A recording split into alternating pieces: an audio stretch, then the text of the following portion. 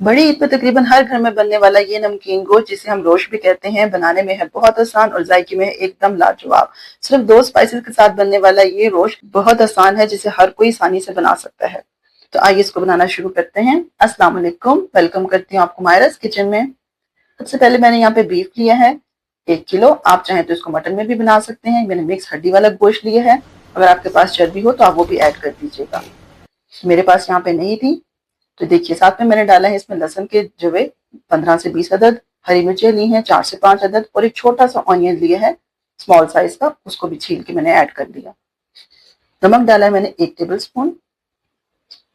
साथ में मैं डाल रही हूँ यहाँ पे गर्म पानी, तकरीबन 2 से 3 गिलास, क्योंकि हम इसको लगाएंगे प्रेशर का टाइम और पानी की क्वांटिटी आप अपने इलाके के मुताबिक देख सकते हैं। मुझे यहाँ पे थोड़ा ज़्यादा टाइम लगता है, इसलिए मैंने यहाँ पे तकरीबन 2.5 से 3 गिलास पानी ऐड किया है और मैं इसको 25 मिनट के लिए प्रेशर लगाऊंगी। तो ये देखिए प्रेशर खुल चुका है और गोश्त को चेक करते हैं अब हम। ये देखिए ज़बरदस्त सा गोश्त जो है माशाल्लाह गल चुका है। आपने इसको फुली कुक कर लेना है और प्रेशर कुकर में बनाने से बहुत जल्दी से आपका काम हो जाता है।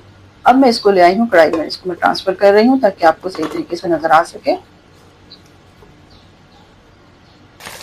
ये देखिए ये खुले पैन में ऐड करके मैं इसको मीडियम फ्लेम के ऊपर थोड़ी सी देर के लिए इसको भूनूंगी, ताकि इसके ऊपर एक शाइन आ जाए और जो इसके अंदर ऑयल है, इसका रोगन है, वो ऊपर आ जाए। ये देखिए यहाँ पे मुझे थोड़ा सा रोगन कम लग रहा था, तो मैंने यहाँ पे 2 टेबल स्पून के करीब ऑयल ऐड किया है। अगर आपके पास चर्बी वाला गोश्त होगा तो आपका ऑटोमेटिकली रोगन निकल आएगा।